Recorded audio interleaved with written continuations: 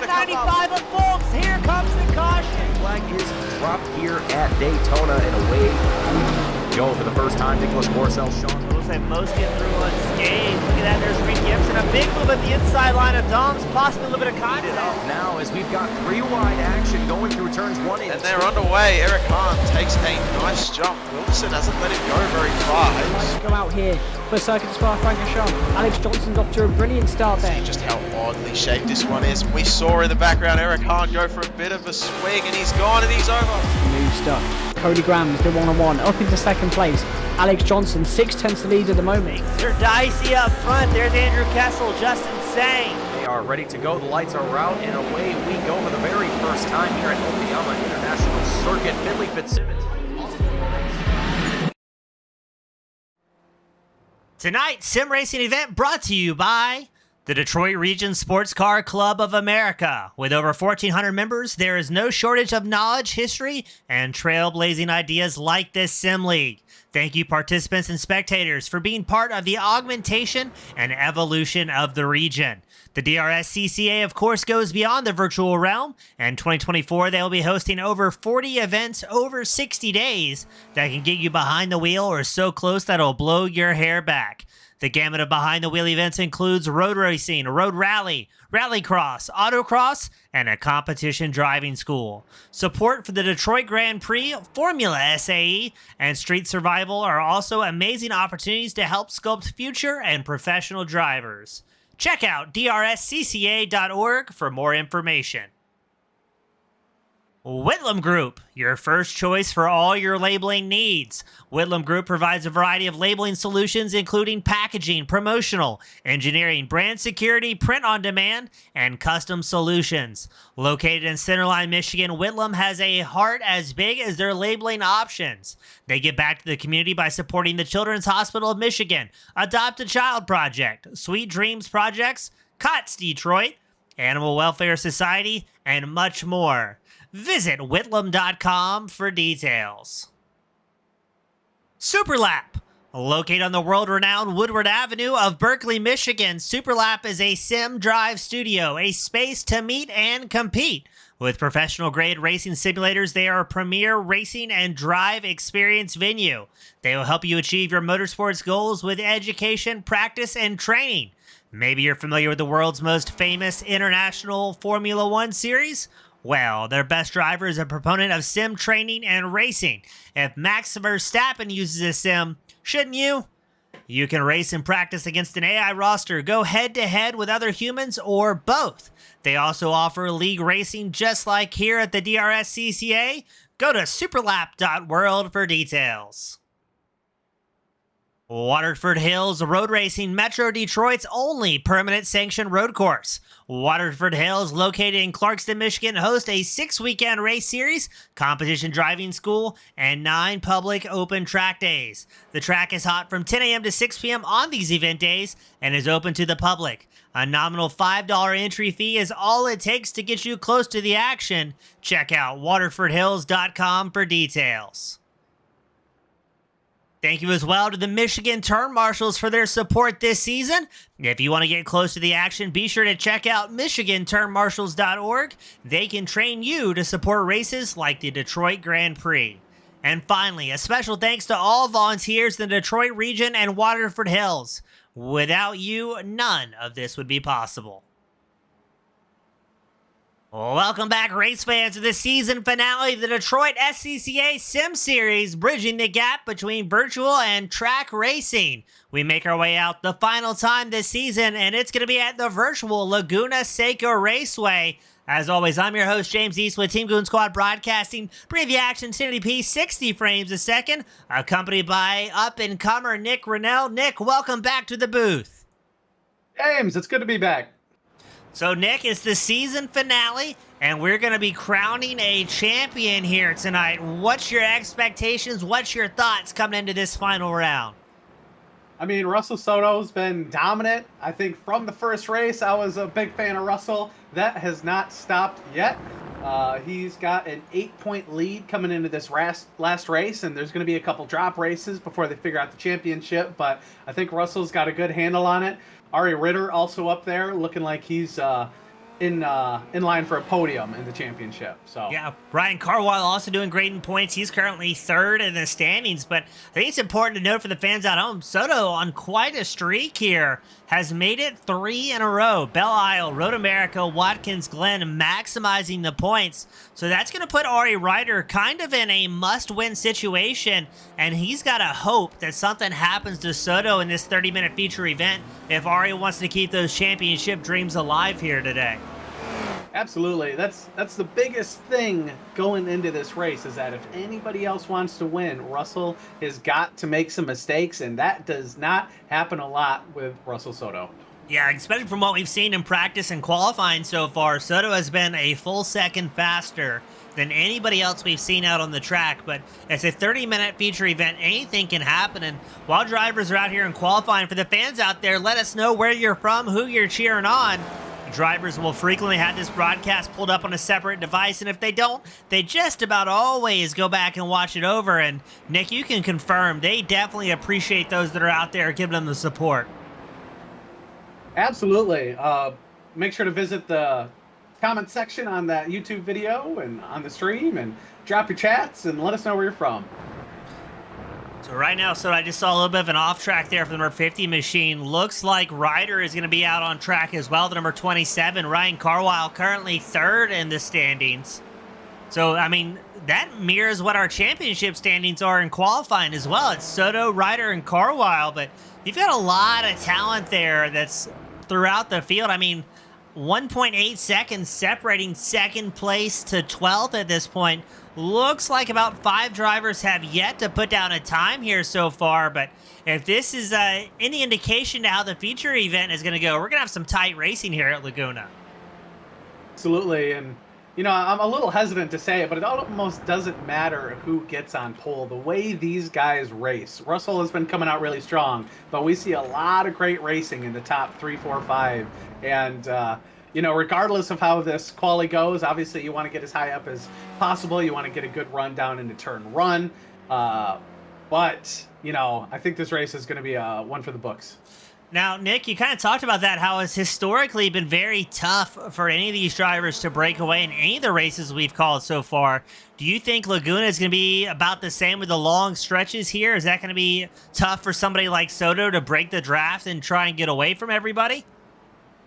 Definitely less long straights where they can take advantage of the draft. A lot more turns and shorter straights. That corner 1 section from corner 11 is probably the best opportunity they're going to have. But, you know, for me, the thing about being at Laguna Seca is the corkscrew.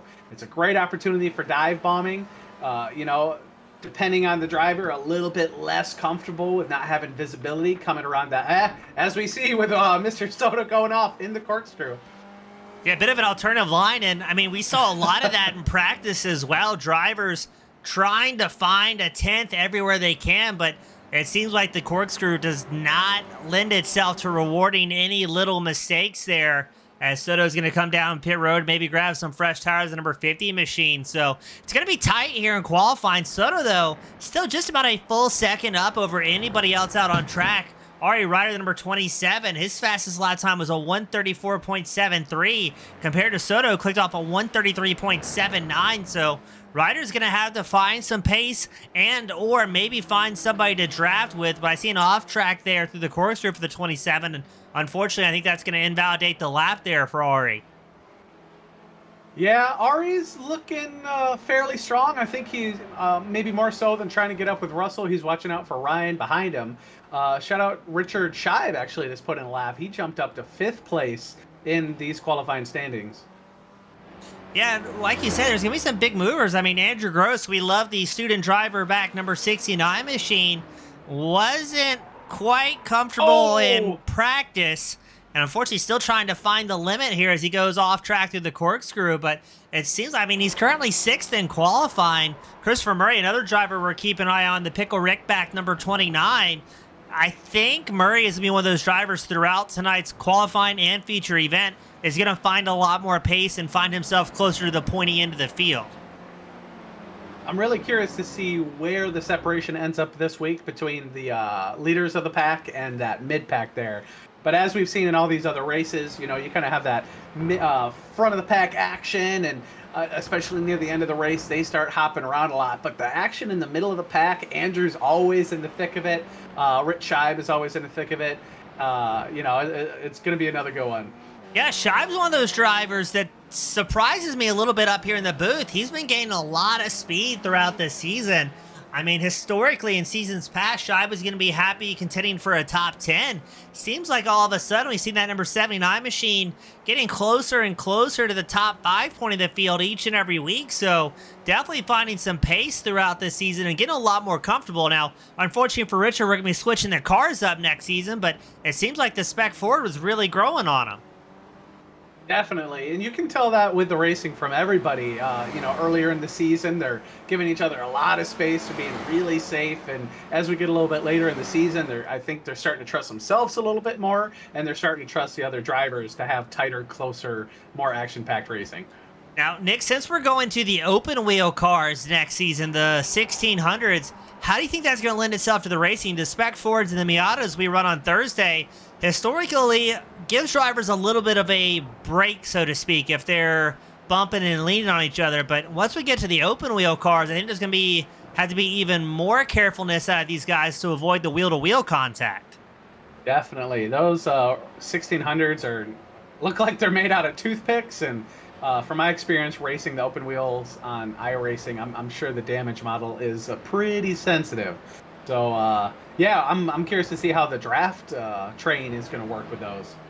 Yeah, I think that I'm wagering here. I think that's going to separate the field a little bit more next season due to drivers having to give a little bit more space, because they've been extremely racy, both in the spec Fords and the Miatas, as Scheib goes off track through the corkscrew. I mean, we've seen bump drafting. We've seen drivers door checking each other, sometimes by mistake, sometimes a little bit of friendly rivalry out on track. But going to be very interesting to see how that one works. And right now, it's still Soto on that leaderboard, finding more time. Got down to a 133.79. Ryder's still second in qualifying, very closely chased by Ryan Carwile.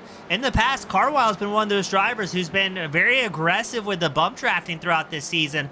Going to be curious as that comes into play, and maybe he might find an unlikely ally with Ari Ryder throughout tonight's race. Possibly. Those two have the most to gain from getting ahead of Russell, and I think some teamwork between them would be beneficial. Now, playing devil's advocate to myself, Ryder and Carwile only 2 points away from each other. So I guess that's going to be the question. Are they maybe trying to vie for a championship if they see Soto have issues, or is that going to be a two-driver shootout to secure second in points? I'm not quite sure how this one's going to work itself out. Yeah, no, I think I'm definitely along for the ride. I'm curious to see how it shakes itself out. Dominic Bates, the number 9 machine, definitely getting a little bit more comfortable here at California Laguna Seca Raceway. He has been getting a lot more consistent since I saw the opening of the practice here tonight leading into qualifying.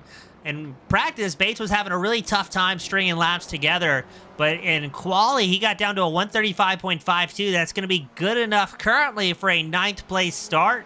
And he's only, 8/10 off of Ryder, who sits in second. So I find that very interesting. You've got 4th place Sean Fritz all the way back to William Lamb in 12th, all with 1:35-second lap time. So the pace is going to be very, very matched. And this is an open qualifying session, so drivers can use drafts off of anybody they can find. But I think that's a good indication of how tight things can be at Laguna if everybody can stay on track.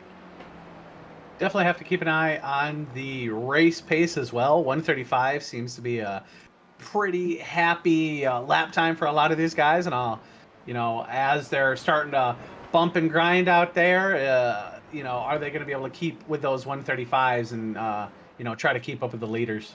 Now, I'm glad you said that. In practice as well, drivers were really complaining about the tire fall off they were feeling. They said after 2 to 3 laps, it felt like they were losing the tires underneath them. So, going to be interesting to see if that's going to be a factor here tonight as well, especially with how fast the top 3 have been.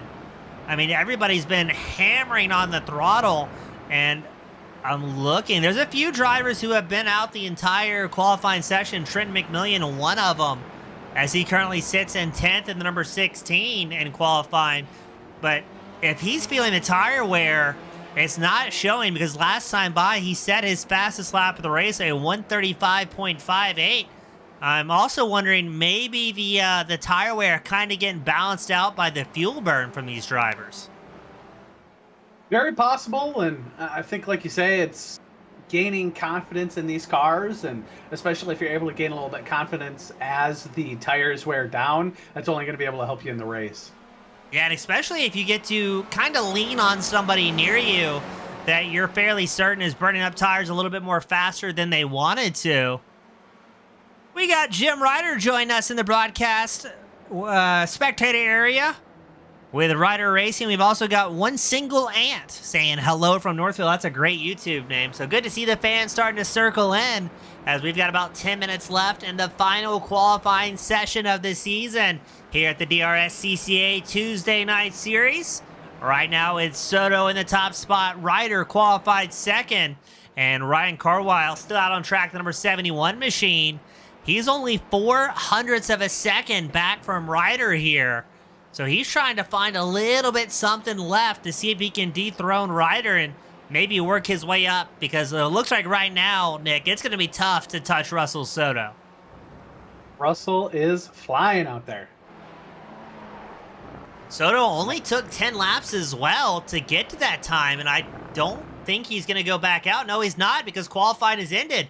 My mistake, it's a 20-minute qualifying session here tonight. So Carwile might be able to finish his lap here and try and dethrone Soto or Ryder, but that's going to be a big ask for the 71, because these lap times are ripping. Only 3 drivers have gotten below a 134. Soto, the only driver to get down to a 133 here in qualifying. Carwile did set his fastest Sector 2 of the session, though. So if he can put down a good Sector 3, he might be able to jump Ryder. Yeah, this is going to be interesting to see Carwile as he comes to the start-finish line. Does he have anything? No, he's going to be... Oh, he does! A 134.67. Dethroning Ryder from that second-place spot. 0.06 of a second back to the 71. So they're starting to wake it up a little bit. Carwile laying it down, getting excited for the race. Andrew Gross, he's going to be one of our last drivers out on track, the number 69. He's trying to improve. I have a 7th place qualifying position, looking to beat a 135.43 is his fastest lap here in the session. It's going to be a 135.66, and that just leaves David Grzinski out on track in the number 75. I think I saw an off track there, so I don't know if this lap time is going to count. Shout out to David. He was at Superlap last week, and I think he had a great time with the in-person sim rigs. Yeah, a lot of drivers did. So that was super cool to have everybody out on a Tuesday night. So it looks like qualifying has wrapped up here. Don't go anywhere. We're going to run a very brief intermission, and then we will be back with a special guest here at the DRSCCA.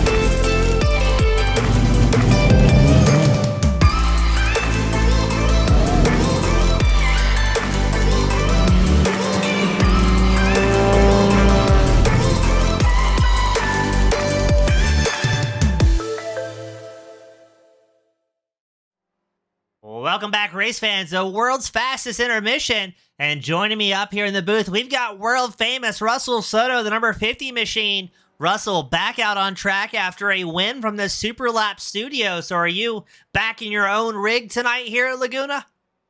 Absolutely, James. Yep, I'm back here in my own rig, and I'm excited for the season finale this week for both series. It's been a great run, great series ran by everyone, and just here to say thanks, really. Yeah, it seems like the racing continues to improve here at the DRSCCA. This is our second season of the Spec Ford. We've had our first season of the Miata, and across both series, some of the best racing I've seen in a long time on a road course. And I mean, you've said it after every time I talk to you in the podium, but how much fun it has been to drive with everybody. Absolutely, yeah. It's just been honestly an honor to have had the privilege to have started this here in the Detroit region. I know the SCCA, especially in this chapter, has gone a long time. You know, huge history of some great motorsports activities, and I'm extremely happy to have contributed. I know it's not just me though. You know, who's run this league. Of course, Michael Schmidt, Richard Scheib, Alex Delatorre in particular.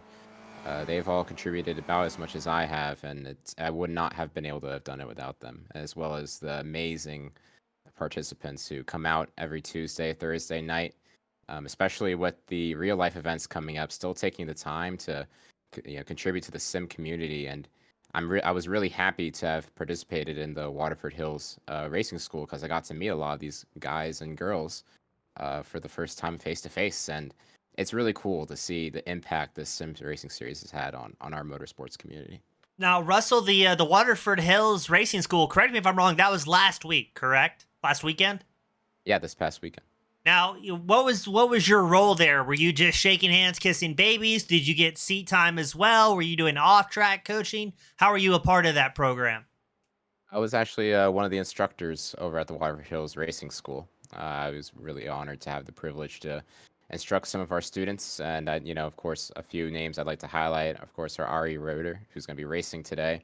He's been racing in our series for quite some time, as well as Megan Overstreet, who was a driver in our series.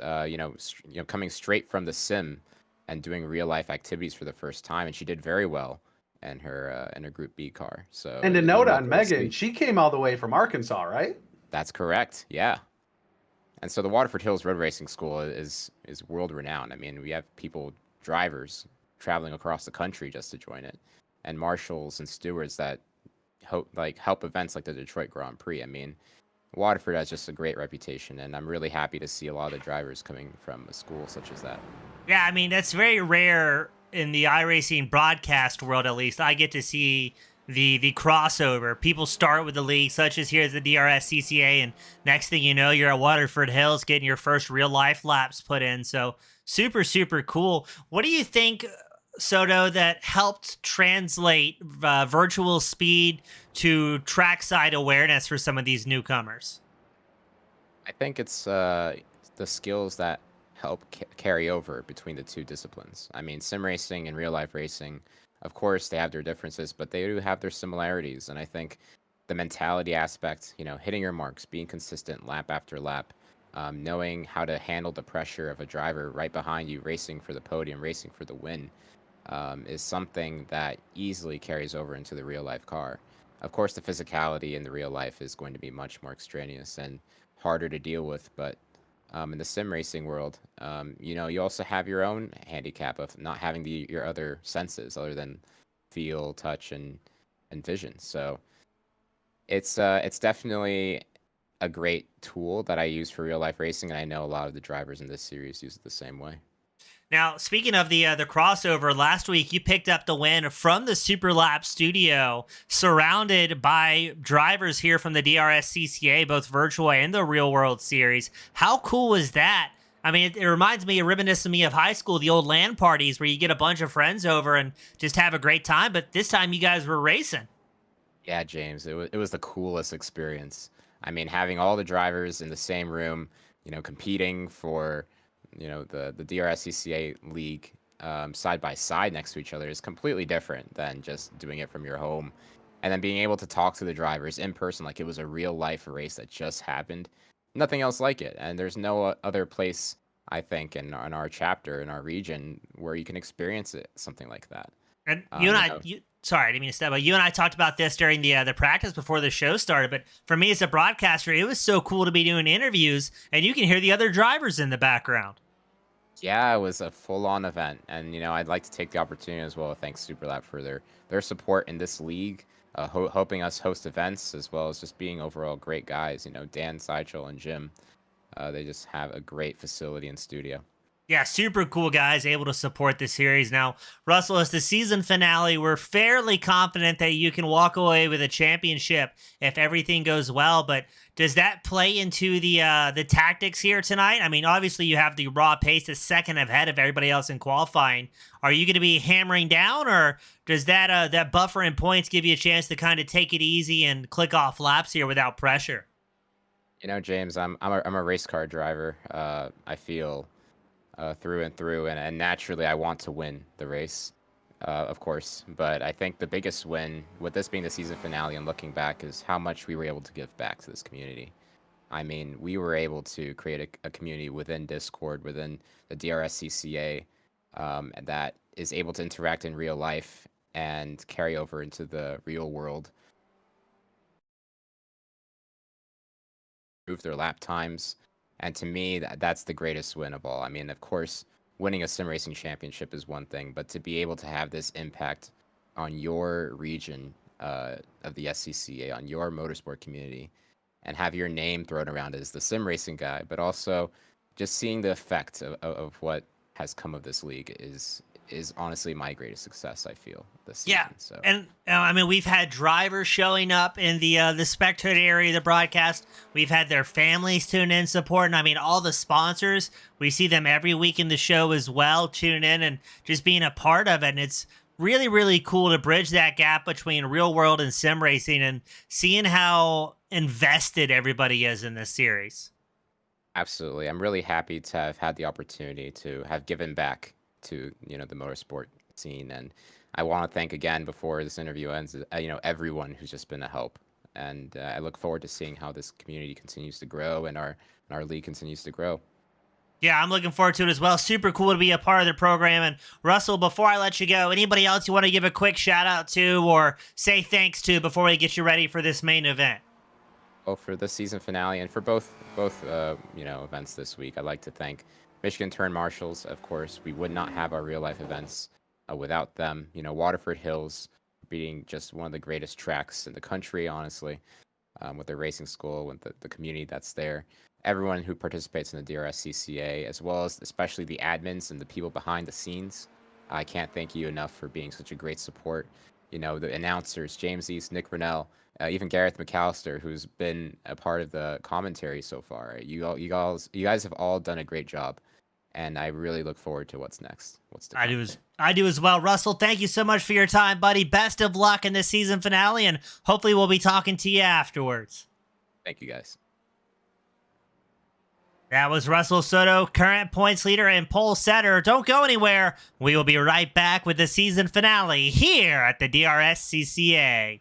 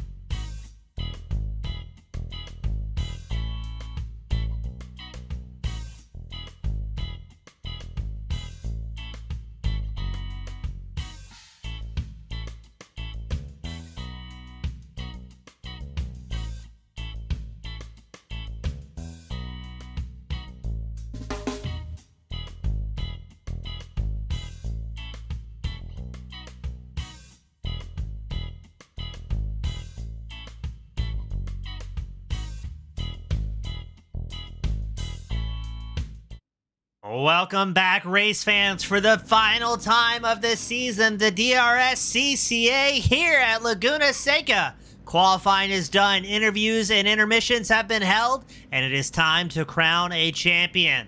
Starting on pole, Russell Soto, the number 50 machine.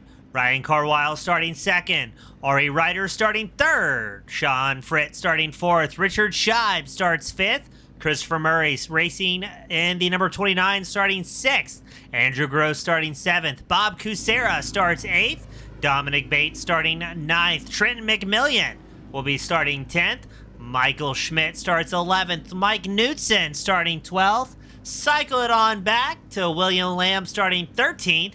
Andrew Mowat starting 14th. William Linder starting 15th. Antonio Bianchi starting 16th. And David Grzinski starting 17th. And already I've noticed something. Dominic Bates is going to be starting from pit road here tonight, Nick. I'm not quite sure what happened there, but that's can't be good. No, he qualified 8 positions up, and to start from pit is going to be a real hit to his race. So most of the field's going to move up a couple spots here, at least one spot here as Bates starts from pit road, that number 9 machine, the Lightning McQueen painted number 9. And while we are under eye pacing our warm-up lap for the fans out there, let us know who you're cheering on, who you're rooting for, as this will be the final time we see the Spec Fords out on track this season, as next season, Nick, we switch over to those Formula 1600s for some open wheel shenanigans. Heck yeah, Formula 1600s, the Miatas are back, so 2 races a week, and there is going to be an endurance event, a 4-hour race. I believe that's going to be at Sebring, and that's going to be a multi-class race. So 1 event, 4 hours, definitely excited to see that.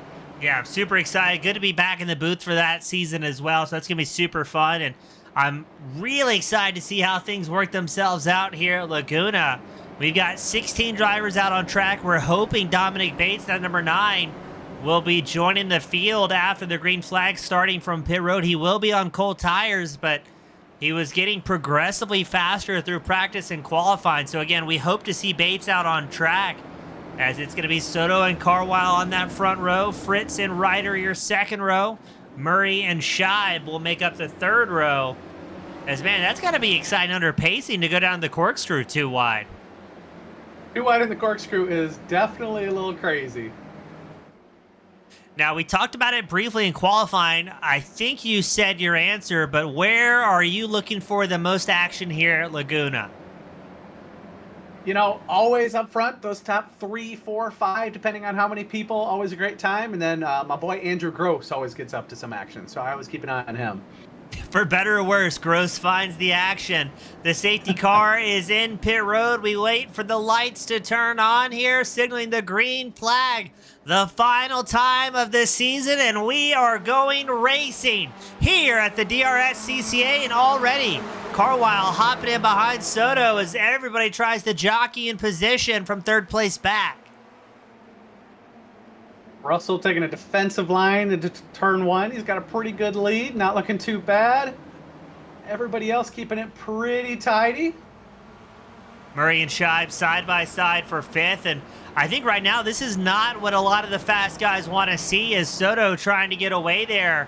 0.5 second on the rest of the field behind Murray. You've got Scheib, Kucera, McMillian, Gross all in the battle here, as Carwile and Fritz linked up nose to tail.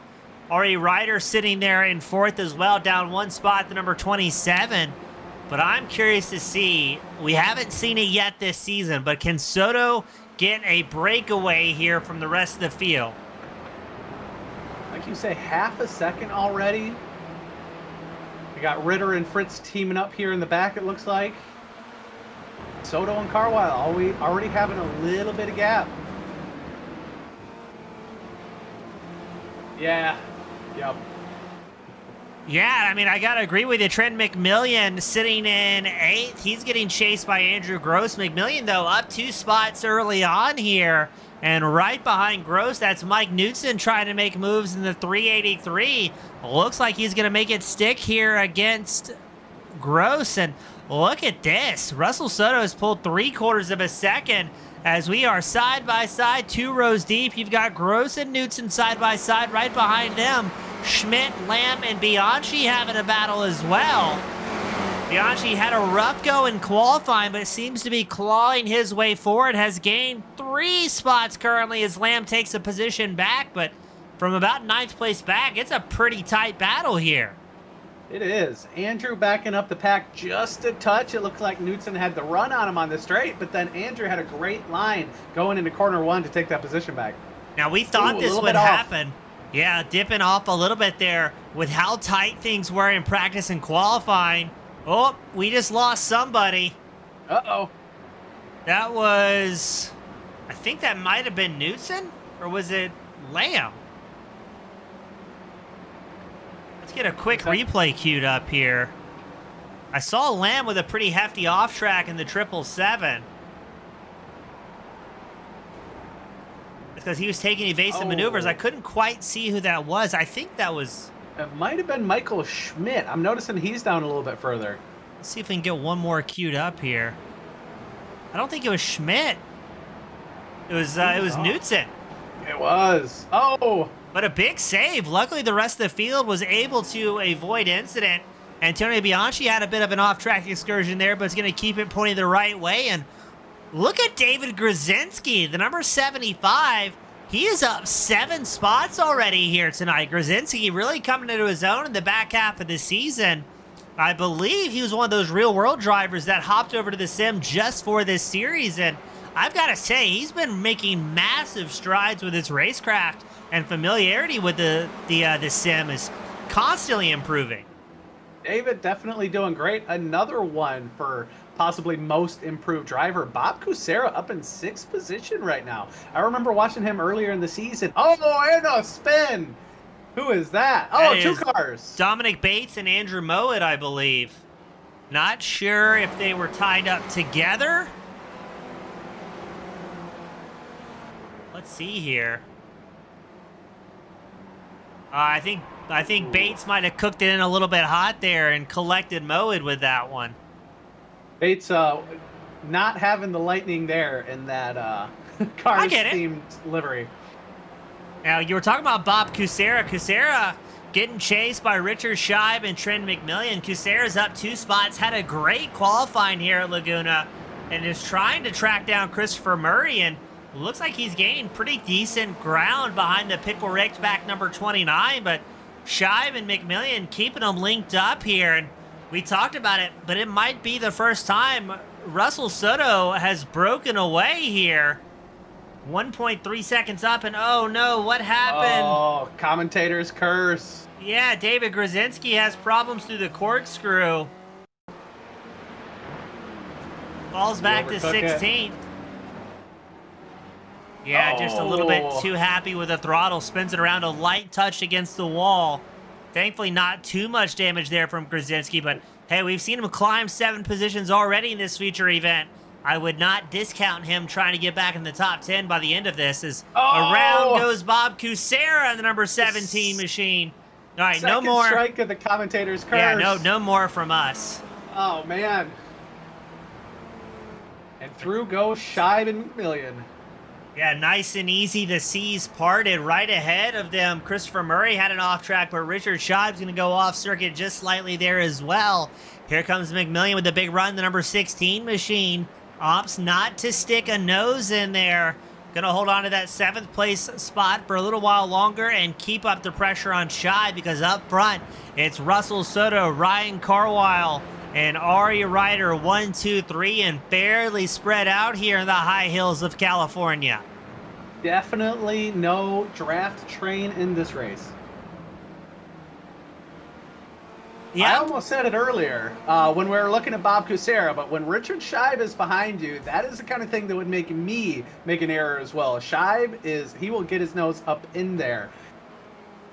Yeah, not afraid to be a lot more aggressive than we saw in the first season. Scheib getting a lot more comfortable with the racing here, and he's actually tracking down Christopher Murray. He got him within 8/10, but ran a more defensive line through the final corner, and that's going to give the spot back, I think, to McMillan, who's going to fight his way up into 6th, up 4 positions. That makes McMillan our current hard charger.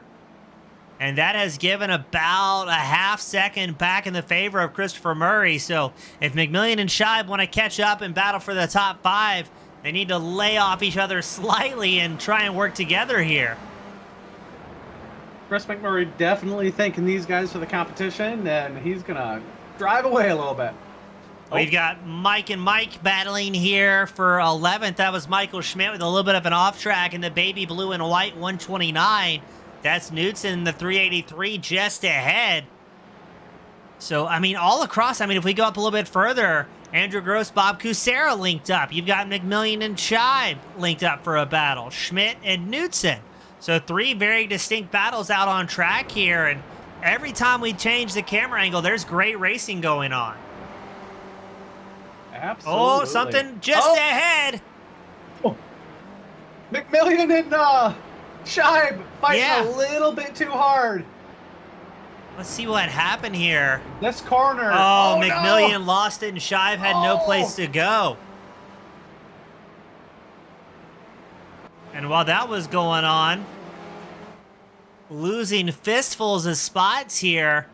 And now Kucera and Gross sitting 6th and 7th.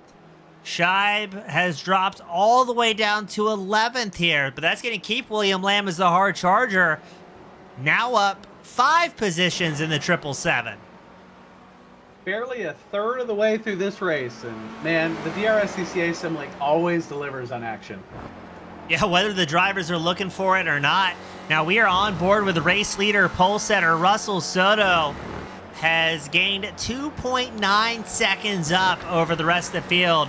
Ari Ryder sitting in 3rd, starting to catch up to Ryan Carlisle. Has him within about 9/10 of a second, but I mean, after what we've seen so far this season, I would have never predicted the top 3, much less the top 5, to be this spread out. Only just shy of 9 minutes into a feature event.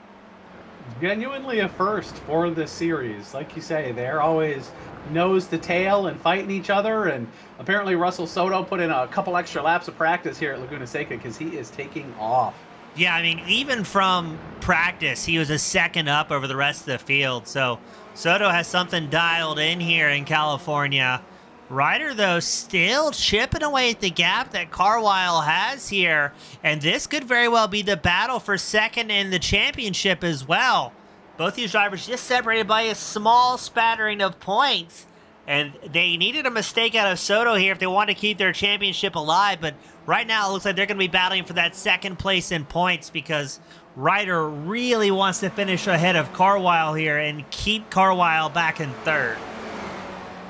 Huge amount of dedication from these drivers. You know, Tuesday nights can be busy, and for them to show up and show out and practice for these events and put down these races is really fantastic. Yeah, and consistently, week in and week out, it's been great racing and clean racing amongst these drivers. There's Gross and Kucera side by side battling for 6th. Gross will take over the spot. But if we go back out front, Carlisle must have had a little bit of a bobble because in the time we changed cameras and talked for 10 seconds, Ryder has closed the gap within 1/10 of a second of Carlisle. Now, the question here is now, Nick, are they going to work together to try and whittle away at the 4.2 second gap that Soto has, or is it every man for himself here in the battle for second? Only one way to find out, but Ryder is definitely looking hungry for that spot. Oh, looking at dipping a nose.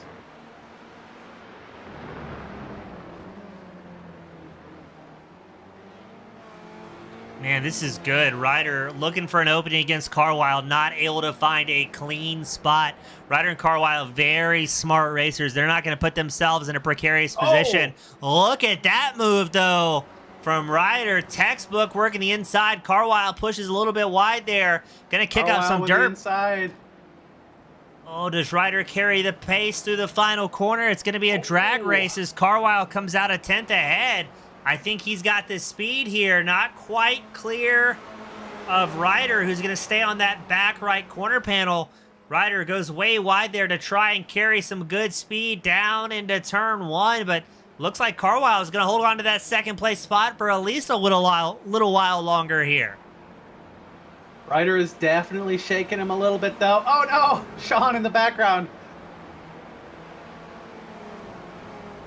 Yeah, Ryder is definitely shaking him, though. He's right on top of him. Carlisle knows he needs to be defensive, and when you have to drive defensive, you lose time. Yeah, I mean, as you say that, and Ryder pulls out of the draft, they've already lost another About a second to Soto up front as Carlisle and Ryder continue to go side by side here at Laguna. Drag racing up the hill in the back half of the raceway. Oh, You would think these guys are battling for the championship, but man, what a great race between these guys. wow. That's not a common spot for an overtake, too. Shout out to Ryder for pulling that off.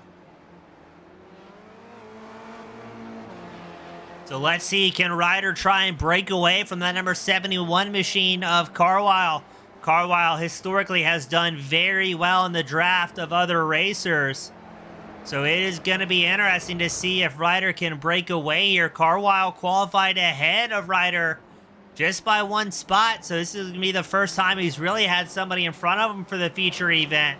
And now it's going to be Ryder's turn to run a little bit more defensively as Carlisle not going to wait. He's going to pull up alongside here and re-challenge that second place spot.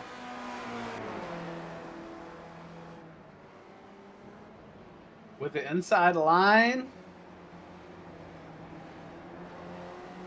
It seems like in this race so far, if you have that inside line, you don't lose that much time when you're defending. Another great race that's been full of back and forth. Kucera versus Gross. Gross, the number 69. Kucera, the number 17 machine. Drivers battling very intently here for the for the sixth place spot as the battle for second continues with Carlisle and Ryder, who just can't get away from each other. When you also have Lamb and McMillian battling for 8th, we've got Bates and Shive battling for 12th. So great racing here at Laguna Seca. Absolutely. Andrew and Bob doing well. I think I heard something on the radio earlier when Andrew got back around. I think Bob was apologizing for not exactly sure what happened, but definitely some great sportsmanship between these two. So let's see what happened. There is Kucera and Gross. Had some back and forth here.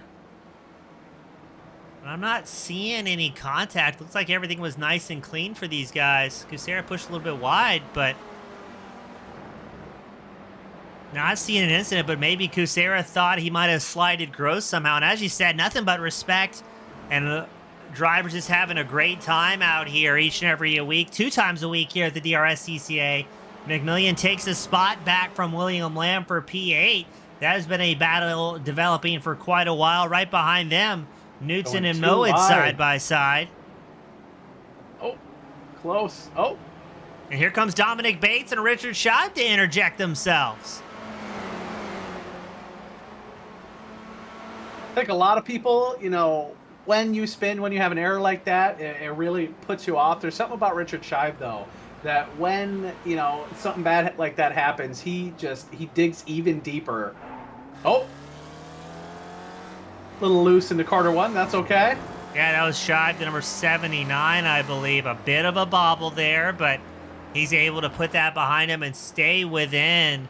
As that was Andrew Mowat, the number 14 machine, the bright purple machine, a very brief off track. Mowat is getting chased by Bates, Knutson, and Scheib. That's a few drivers who qualified a fair bit better than they're currently running. But, Nick, we're at the halfway mark. The drivers have been displayed the cross, green and white flag, signaling that halfway. And, I mean, it's been fantastic battles all across the track as Soto just in a different zip code at this point. Soto really pulling out the Max Verstappen victory. I don't want to jinx him yet, but definitely pulling out a pretty strong lead on the rest of the field. Yeah, he is absolutely going. Now, Ryder and Carlisle, as we pan the camera there, still within 0.4 of a second. Carlisle has the draft off the 27 of Ryder. So I'm curious to see if maybe this is where some of the strategy is going to come into play past the halfway mark. If Carlisle is going to be content following behind Ryder here and then try and set up for a much later pass in the race and try and squeeze up into second, because again, that could very well be the championship for second. And we had another incident reported. It was Mike Knutson and Richard Scheib. Looks like that was both of them in the final corner. Let's see what happened. Focusing on Knutson, the number 383. Oh, Scheib a little bit deep with the brakes. Oh! I think Scheib was trying to stop there and give Knutson the position back, and unfortunately made secondary contact. Those cars are definitely going to need some body work after this race. Yeah, pan over to Scheib here. The front of the number 79 has seen better days. The back of Knudsen's as well. Oh, yeah, a little bit of cattywampus is going to be the broadcast word of the day. Now, unfortunately, David Grzinski briefly showed coming down pit road. I think that was a spin or a mistake through the final corner, but Grzinski's still out on track. The number 75 chugging along here as we're going to go back up. Look at this, Nick. I couldn't quite tell. Is the back right of Knudsen's car towed out a little bit there? See if we can get a good angle.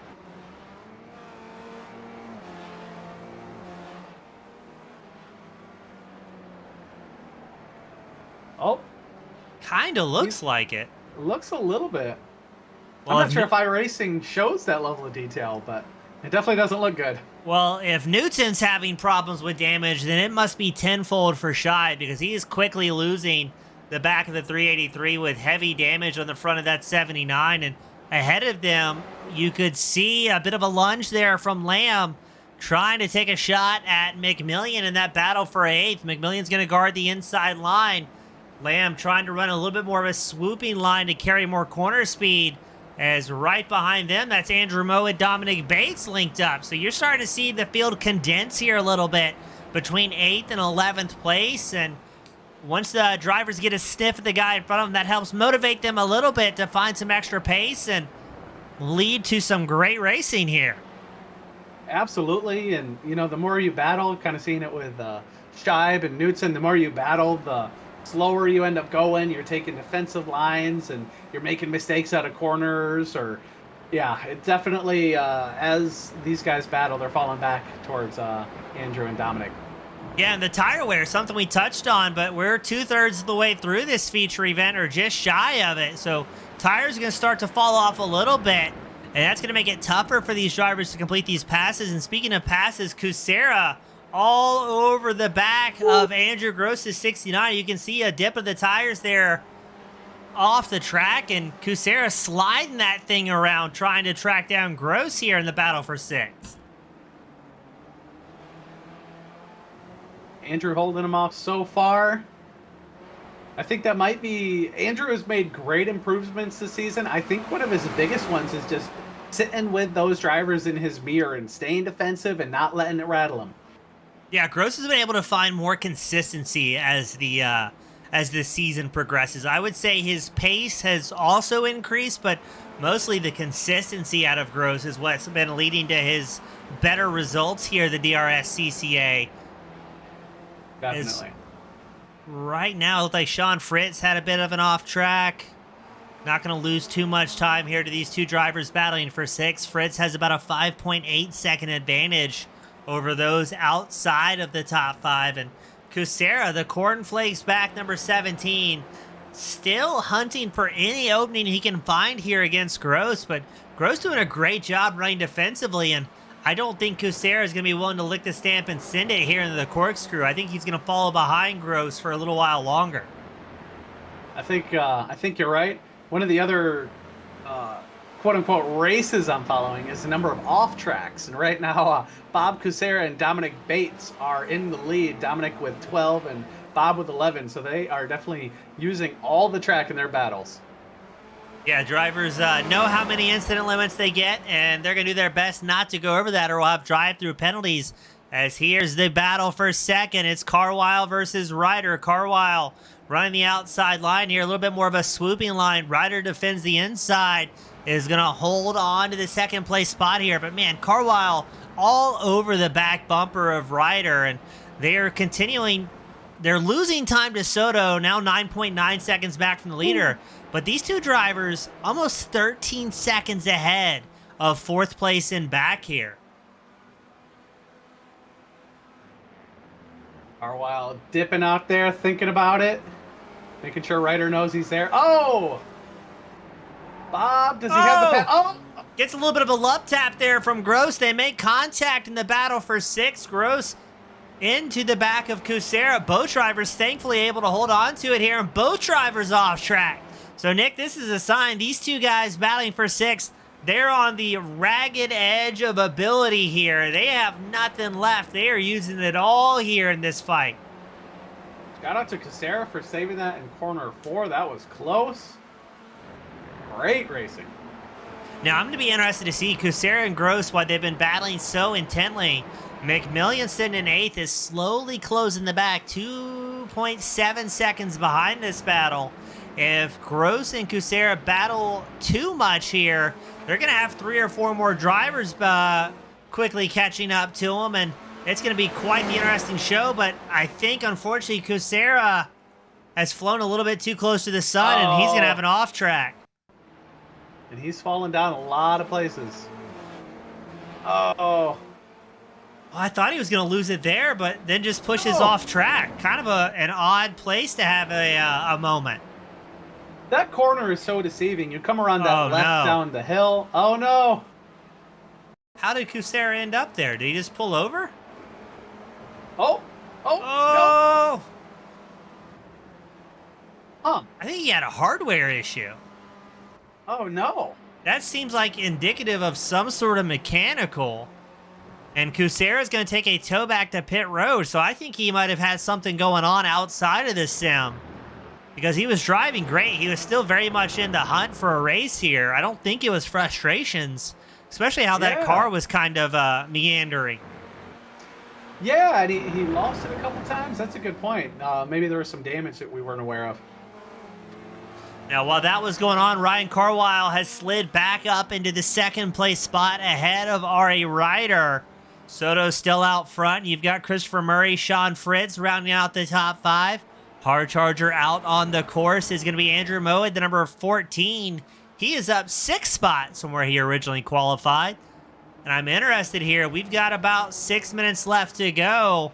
And now Ryder's on the back foot here. Is he going to try and make something happen against Carwile? This is the place to do it. Carwile going defensive, staying on the inside again. Oh. Nope. Carwile confident enough to get back out and take the full racing line. Oh. And look at that. As soon as he did that, Ryder kind of pinched off the apex, got way down low, and he's going to try it again here. That is a horrible position. That's where Rob Casera had that issue a minute ago. And if you take a weird line there through corner 4, it's just going to really mess up your run up into 5. Yeah, these spec Ford racers, they are definitely momentum cars. So if you blow an apex, it can take up to 2 corners to get right back in the groove here. Carwile still holding on to it here, but Ryder hunting for any opening he can against the 71. Surely, yeah, this could be the opportunity where we're looking for a little bit of too wide in the corkscrew coming up. Carwile holding on to 2nd. Ryder not afraid to put his nose in there.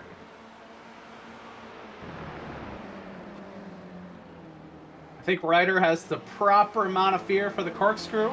Gotta respect the corkscrew. It giveth and it taketh away. It does. I think he's gonna wait for his run up past 11. Yeah, I think you're right here. Well, we were both wrong. Maybe not. As Carwile and Ryder side by side, Carwile holds on to the 2nd place spot. Let's see, does Ryder line him up at the start-finish line? Trying to measure him up here for a final lap. Let's kind of see what's going to happen here. It's a drag race to the start-finish line with Carwile ahead by about 0.04 of a second, so that's going to let Ryder know in these closing laps just how close he has to be if he's going to try and make a last lap, last corner attempt here. I don't think he is. I think Ryder going to try and get ahead of Carwile and set the pace on the final laps. Ryder, if he wants to win this, if he wants to beat Carwile, he's got to be strategic. You got to make sure Carwile knows you're there, but you got to be ready at corner 11 to get that run. I think Ryder also needs to be a little bit more aggressive trying to take that inside line. That seems to be a really strong defense here at Laguna Seca, and Carwile is taking full advantage of it. And I'm right there with you. It's like these drivers are battling for the win, but Soto 14.5 seconds up over the rest of the field. He is in a league of his own here.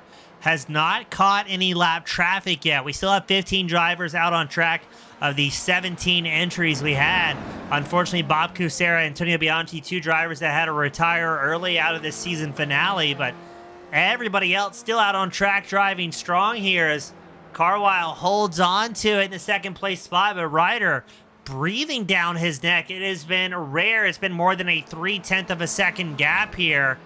As I see my off tracks lighten up, David Grzinski and William Linder both had some issues, but it looks like they're going to stay out on course and keep things running here.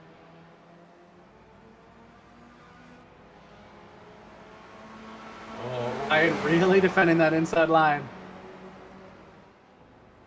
Yeah, Carlisle's going to hug the apron there. Now it's Ryder on the outside trying to carry more speed. But that inside line, I mean, it's... I'm not going to say it can't be passed there, but it's got to be very difficult for Ryder running that alternative line. But I like what he's doing there. He kind of dips wide, tries to pitch the corner off and get a deep drive with an early apex. And he puts him right on the back of Carlisle again, but just no room around. But Carlisle might give it to him here with an off track, and the 71 pushes too wide. Ryder up into second. Can he get clear of Carlisle? Oh! Yes, Ryder might be able to make it happen here. Oh, not yet. It's close. Ryder has a nose on Carlisle. Carlisle with a little bit better run side by side. Carlisle And hits there the it is. apron. And Ryder up into second place here. Also have a Incredible. three-car battle developing. You've got Andrew Gross, Trent McMillan, Andrew Moe at 6th, 7th, and 8th. It's separated by about a half second. And it looks like Sean Fritz catching up to Christopher Murray in what would be the battle for 4th.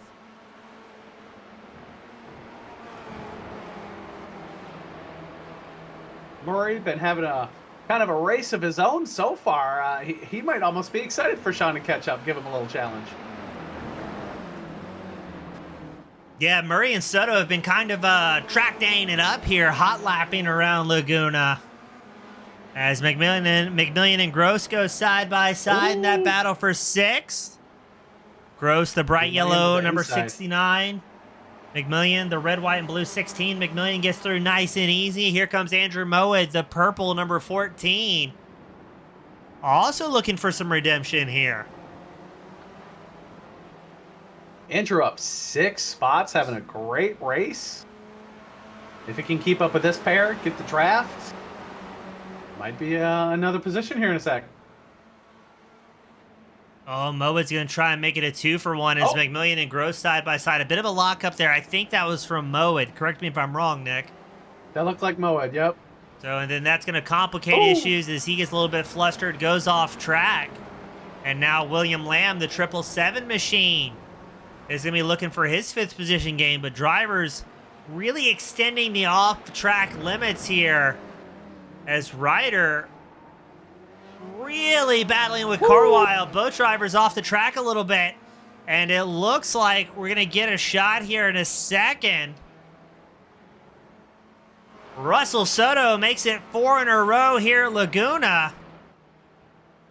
And Ryder has broken away from Carlisle, who had an off-track, a big off-track. That's going to put Ryder up into second. Let's see what happened to Carlisle there. Oh, maybe it happened back in the corkscrew. Oh, no. It looks like Carlisle just backed off a little bit there. Interesting. So that's going to put Soto in the top spot, locking up the championship. Ari Ryder in second, and Ryan Carlisle in the top 3. Nick, I'm going to try and get these top 3 drivers up here into victory lane, but man, what a great race across the board, and it looked like Andrew Gross is going to be in a battle till the end here. He defended against Andrew Moe at the Battle of the Andrews. Gross comes out on top of this time. Listening to the radio, some congratulations. I'm not exactly sure who it was, but they were reaching out to Trenton saying the race was awesome. Really enjoyed it. And James, I'm going to be honest with you. I'm going to be 100% straight here. The end of that race snuck up on me. I was so engrossed with the racing all over the field there that I did not even realize it was the final lap. Yeah, 30 minutes went very fast in this season finale. It looks like we've got Ryder, we've got Soto, so we're waiting on Carlisle to join us up here in the top 3. But, I mean, we had great racing all across the track here tonight. And, man, what a lot of fun calling the action here with these DRSCCA racers. Absolutely great season finale, and yeah, can't wait to talk to the drivers.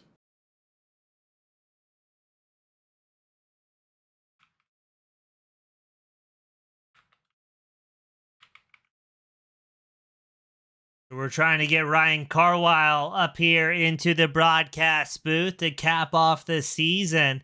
We see Ryder and Soto have gotten their cars over here to the broadcast booth. So just waiting on Carwile here, and then we'll be able to get things going with our celebratory interviews.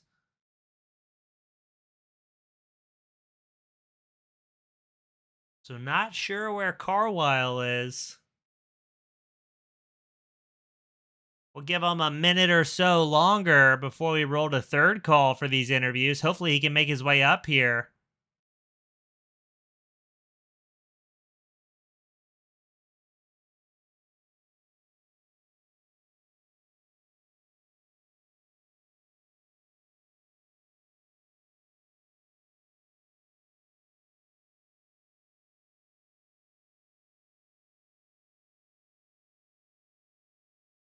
Well, we're on third call for podium interviews, trying to get Ryan Carwile up here to the broadcast booth. Not quite sure where he went, Nick. I'm not seeing him in the paddock chat. I don't know if he's taken the third place a little harder than we might have expected, but definitely was not able to dethrone Ari for that second place in the championship there. Nick, can you see if Carwile's still in the iRacing session by chance?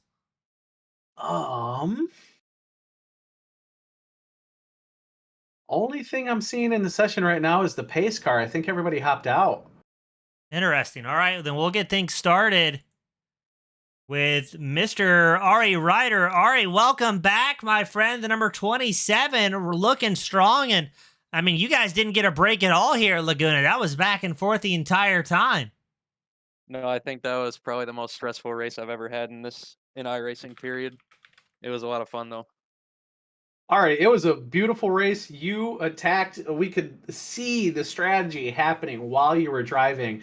I got to say, Ryan, defending that inside line lap after lap after lap. What was going through your head? What were you thinking about how to get past him? Oh man, it was just like I could tell he was putting up the brick wall, and I was trying to just look for a little bit of a crack in the armor. But Ryan's a really good driver, so it's hard. But I think one of the times I just got a pretty good run on the outside and was able to capitalize. So I'll take it where I can get it. Well, all right, we've Definitely. had you a bunch up here this season, the Spec Forwards, getting faster and faster, and I mean, consistently putting in work. We're fairly sure you've locked up second place in the championship, but you've got to be pleased start to finish with how this season went for you. Yeah, it was a great one. I went from having 4 fourth place finishes last season to I think having 4 second place finishes this season. So I'm pretty satisfied. Well, super cool to have you back up here, bud. And for the final time for you this season, who do you want to give a shout to that helps you get up here on the podium? Just everyone who helps put these events together. Obviously, Team Goon Squad, all the commentators' curses that maybe didn't strike today. Oh, they did. Oh, they did. Well, that's good too. And yeah, just DRSCCA, Soto, Del Torre, all the guys that are involved with just putting events together week to week, and everyone who helps me out in real life, especially getting me to the school last weekend. So yeah, very happy with my racing right now. Tip of the hat to your dad, Jim, as well, showing up every week. I want to make sure he gets a personalized shout out. He's been here every week cheering you on. So super cool to see the family supporting you on and off the virtual track. And all right, it's been a pleasure calling the action with you all season, bud. Yeah, I hope to see you guys back next season. Should be a great one. Yes, sir. Thank you. Yeah, have a good night. That was Ari Ryder bringing it home in second. We're going to switch it up a little bit. And we've got Ryan Carwile, the 71, moseying his way over to the interview room. Ryan, glad you made it, buddy. Yeah, me too. That was a lot of fun going back and forth the whole race. I'm a little bit tired. That's why I took my time. Yeah, I was saying, did you have to go grab a water? Because we were talking to Ryder about it. You guys didn't give each other a break, I think, until the last corner. It seemed like you were content with third because, man, that was exhausting for us to call. Yeah, fortunately, I gotta slow down. Like I didn't really want to make a move going into corkscrew, but that was really really the only move I had. I felt like so I had to try and just missed a little bit, and I was like the slowdowns in iRacing are a little wacky now with the once they implemented rain. Ah, yeah, no, and Ryan, man, defending that inside line. I saw one time Ari was thinking about trying to take it from you, but you were defending that like a lion. What was what was going through your head with him behind you? Yeah, I mean, Laguna Seca definitely isn't a super draft happy track compared to like Road America or Watkins Glen, but I think we're close enough in speed. We couldn't really get away from each other, so I had to pretty much defend the inside line. It's really hard to make the pass around the outside unless there's like a switchback. But yeah, it was really really nerve wracking. I think like one part like I was like, all right, look, let me just settle behind for a little bit just to kind of you know mentally reset myself before we went back at it again.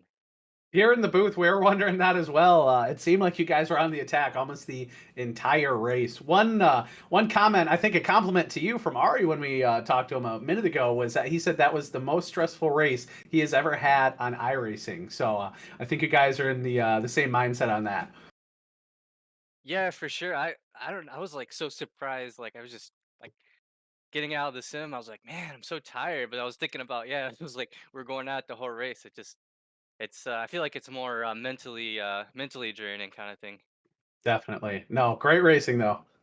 Well, Ryan, Yeah. we've had you up here in the top three more often than not this season. Always great seeing that number 71 do well. And for the final time this season, my friend, who do you want to give a shout out to that helped you get you up here into a podium position to cap off the season strong?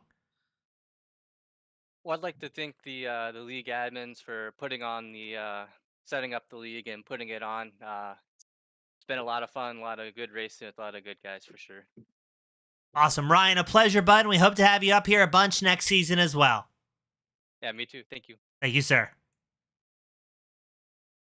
All right, that was Ryan Carwile. Join us in third. But up next, the man, the myth, the legend, Russell Soto. Welcome back to the top spot. I believe that's 4 in a row for you in the Spec Forward Racer. That's right, James. 4 in a row. Really happy to be here. So, Russell, compared to last season, it seemed like things did a complete 180. What was the difference between finding yourself behind the pit wall prematurely to suddenly finding yourself on the pointy end a little bit more often? James, I think it was a change in mentality. My approach towards coming to these events. I was really looking to win. I had the red mist in my eyes a lot last season, but entering into this season, especially midway through the later half, I kind of recalibrated myself. I decided, what, it's better to be patient, especially on the draftier tracks, and just hit my marks, be focused, be mentally present the entire time. I mean, in real life racing, it's a half mental, half physical game, but in sim racing, I feel it's especially a mental game. And I have Alex Delatorre to thank for helping me get into that mode. Definitely. I mean, Mr. Verstappen, I mean, Soto, I don't know if you got to see it yet, but 18 and a half second gap to Ari back in second place. I mean, what driving this race versus some of the other races, was it a different mindset during the race, or were you thinking about tires? What was going through your mind? I think the entire time I was just letting the car do its thing. I just got into a mode, a rhythm. It's like playing an instrument. You just keep the rhythm up. You keep hitting your marks, and you don't really think too hard into it. I was just doing my best out there to be consistent, hit my marks. I know the tires were falling off, so naturally the tires were getting slower. But I wanted to give myself a goal of continuing to stay consistent, even though the lap times were dropping. And well, it worked out to end that way, and I'm very happy it did. So Absolutely. Well, Russell, my friend, you've got the privilege, the pleasure, not only the final send-offs of the night, but the final send-offs of the season. Who do you want to give a shout out to that helps you lock up a championship and your 4th win in a row here at Laguna? I really want to give a huge thank you to all of DRSCCA. I know we had the interview before, but these are a great group of guys and girls who come out to race every Tuesday, Thursday. What a way to send off the SRF as well. I mean, I'm going to really miss this car, not only, of course, because of my success, but because of the success it's brought to this league, for the first and second seasons. I want to give a huge shout out, of course, to Superlap as well for being a great partner of ours, Whitlam Group. I didn't mention his name before, but also Andrew Gross, who's been doing our point standings every season. Of course, everyone else who I've mentioned, Richard Scheib, Michael Schmidt, Alex De La Torre, who do the work behind the scenes to get this league up and running. And Waterford Hills for being a great track, great community. Team Goon Squad, you guys put on a great show, and I'm really hoping we can work together for next season and the endurance event coming up. And I'm excited to see where the league goes. Awesome. Russell, thank you so much for having us, buddy. It's been an absolute pleasure calling the action. Doesn't hurt that we've had you up on the top spot of the podium a few times. It gives us somebody to root for. But congratulations on the championship. Congratulations on tonight. And congratulations to the success that you and the DRSCCA continue to carry forward. Thank you, James and Nick. And thank you, everyone watching. Yes, sir. Well, Nick, that was Russell Soto, the newly crowned Spec 4 champion. He will be the last driver for the foreseeable future winning a championship in the Spec 4 as we roll into the 1600s next season. But, man, what a way to sign off of the season. Another great season with the DRSCCA Sim Series. It's great watching all these guys get better, and I can't wait to see next season with those 1600s. Well, Nick, it's been a pleasure having you up here in the booth with us. And again, for the fans at home, it was Russell Soto, the top spot, Ari Ryder in second, Ryan Carwile finishing third. On behalf of the Detroit Region Sports Car Club of America, Whitlam Group, Superlap.World, Waterford Hills Road Racing, the Michigan Turn Marshals, my name has been James East with Team Goon Squad Broadcasting, accompanied by up-and-comer Nick Rennell. Thank you all so much for spending your Tuesday nights with us, and we'll see you next season. Have a great night, and say goodbye, Nick. Good night, everyone.